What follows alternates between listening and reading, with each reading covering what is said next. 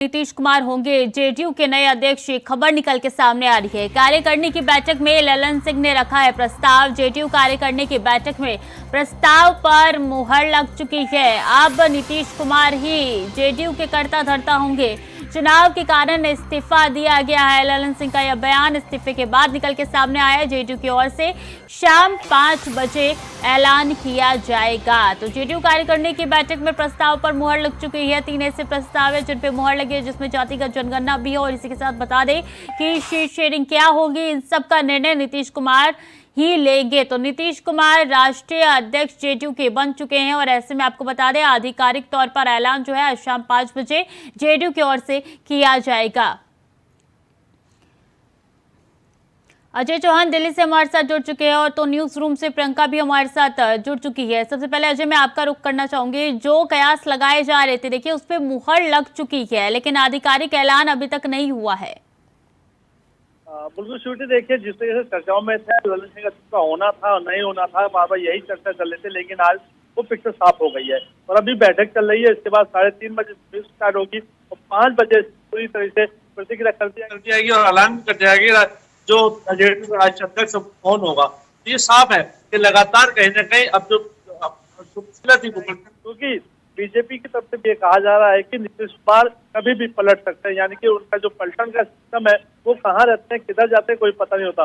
लेकिन जो उनके सांसद है, जो उनके मंत्री, ये कहते हैं कि हमें भारत बीजेपी मुक्त बनाना है और एक साथ मिलकर इंडिया गठबंधन जो बनाया है वो नीतीश जी की अगुवाई में होगा। यानी कि नीतीश जी मोदी सरकार को हटाने की कोशिश करेगी और पूरी प्रयास करेगी। तो जो चुनाव होगा 2024 का, वो उन्हीं की नेतृत्व होगा और कोई भी पार्टी छोड़कर नहीं जाएगा, चाहे ललन सिंह हो, चाहे और कोई भी हो, क्योंकि उनके साथ ही काम किया जाएगा। यानी कहीं ना कहीं 2024 में एक साथ होकर बीजेपी बनाने की कोशिश की जा रही है। प्रियंका भी लगातार हमारे साथ बनी हुई है। प्रियंका, ये तो तय है कि 2024 को लेकर नीतीश कुमार कोई भी चूक नहीं करना चाहते, इसलिए अब उन्होंने पार्टी की कमान ही अपने हाथों में ले ली है।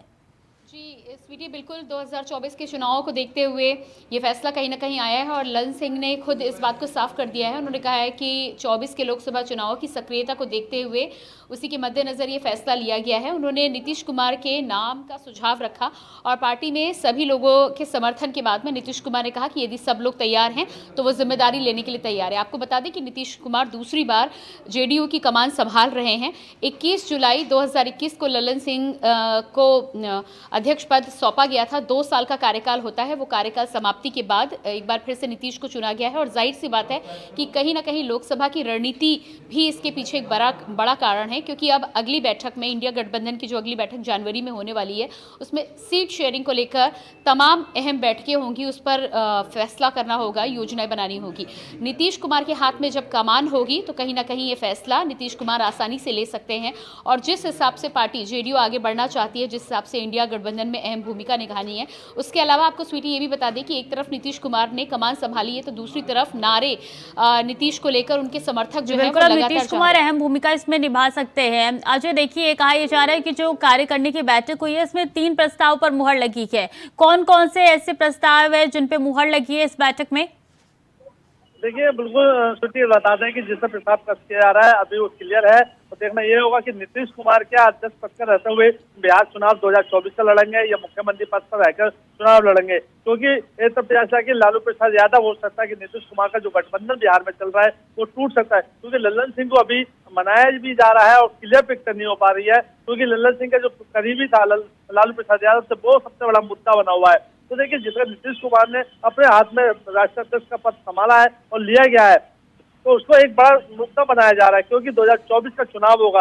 ललन सिंह को कहा गया कि वो अभी के लिए नीतीश कुमार ने यह अहम फैसला लिया है। मैं आपको रोकना चाहूंगी और इससे पहले आपको बताते हैं कि क्या राजनीतिक बयानबाजी हो रही है, ये आपको सुनवा देते हैं। देखिए, हमारे राष्ट्रीय अध्यक्ष ललन सिंह साहब वो चुनाव लोकसभा का लड़ेंगे जी। चुनाव लोकसभा में लड़ने के लिए क्षेत्र में रहना आवश्यक है। उन्होंने हमारे माननीय मुख्यमंत्री से आग्रह किया, जो अगर इससे मुझे मुक्त कर देते हैं तो मैं क्षेत्र में रह करके जनता के बीच में जा करके और चुनाव में अपना काम करूंगा। अन्यथा राष्ट्रीय अध्यक्ष रहने से मुझे बिहार के सभी लोकसभा में जाना पड़ेगा, जो संभव नहीं होगा। और सारे सदस्यों ने भी इसके लिए हमारे माननीय मुख्यमंत्री नीतीश कुमार जी से आग्रह किया, जो इसको आप स्वीकार कर लेंगे तो संगठन भी मजबूत होगा और इधर लोकसभा का चुनाव में उन्हें भी अपना क्षेत्र में जाके काम करने का मौका मिलेगा। तो माननीय मुख्यमंत्री हमारे सर्वमान्य नेता हैं, उन्होंने इस बात को स्वीकार किया और हम लोगों को खुशी की बात है जो संगठन और मजबूत होगा और जो इंडिया गठबंधन होगा उसका भी ये नेतृत्व करेंगे और वह भी मजबूत होगा। सर कहीं न कहीं कहाँ हुआ है अध्यक्ष पद को लेकर अध्यक्ष पद का बदलाव हुआ है, तो ये तो संगठन में होता रहता है और हमारे राष्ट्रीय अध्यक्ष ने दिली दरिया दिखाया है कि उनको लोकसभा चुनाव लड़ना है और अपने क्षेत्र में जितना समय लगा देना चाहिए नहीं दे पाते हैं, इसलिए संगठन को और बढ़ाने के लिए नीतीश कुमार जी को उन्होंने अध्यक्ष बनाने का प्रस्ताव रखा है। तो सर्वसम्मत से राष्ट्रीय कार्य समिति ने नीतीश जी को अध्यक्ष मान लिया।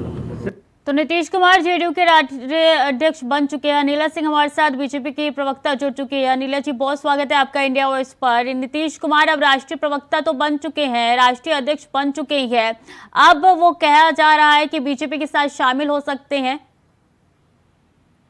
मेरी जो प्रोग्राम भारतीय जनता पार्टी या एनडीए में वो सम्मिलित होंगे या नहीं होंगे, मुझे इसके बारे में व्यक्तिगत कोई जानकारी नहीं है और ये निर्णय भी जो है पार्टी का जो शीर्ष नेतृत्व होता है वो उनके ऊपर होता है, परंतु मुझे ऐसी कोई जानकारी नहीं है। और ये जेडीयू का अपना इंटरनल मैटर है कि उनका पार्टी का अध्यक्ष कौन होगा कौन नहीं होगा, पर हाँ ये दिखाई तो दे रहा है कि किस प्रकार से जेडीयू के अंदर दो फाड़ हो रही है और किस प्रकार से एक द्वंद्व जो है। तो दरवाजे खुले हैं बीजेपी के नीतीश कुमार के लिए। आपको बताया ना कि ये निर्णय अनिला सिंह प्रवक्ता उसके बारे में कुछ नहीं बता पाएंगे। हाँ। वो तो पार्टी का नेतृत्व निर्णय लेंगे, वही उधर से ही कोई भी स्टेटमेंट।